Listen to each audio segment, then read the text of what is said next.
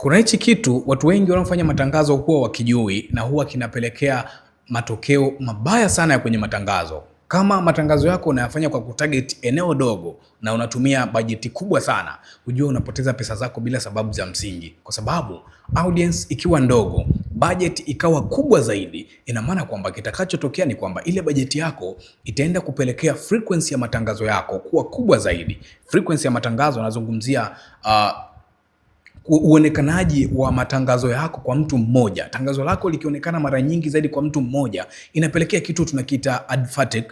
Ad fatigue ni tangazo lako kuanza kuchokwa. Tangazo lako linaanza kuwakinai watu ambao wanakutana nalo. Manake ni kwamba mtu akiliona tangazo lako mara nyingi zaidi, ana uwezo hata wa kukublock, ana uwezo hata wa kuripoti hilo tangazo lako.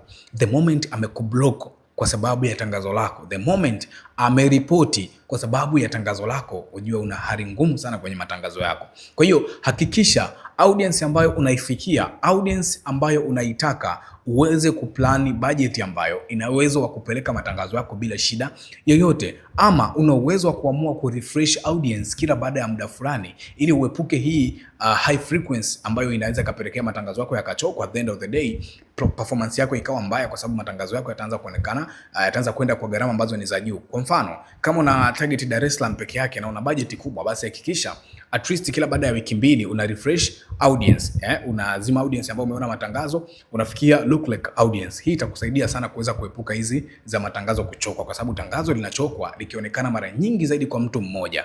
Tangazo haliwezi likachokwa kwa kuonekana kwa watu wapya kila siku. Ni kitu ambacho unatakiwa ukielewe sana.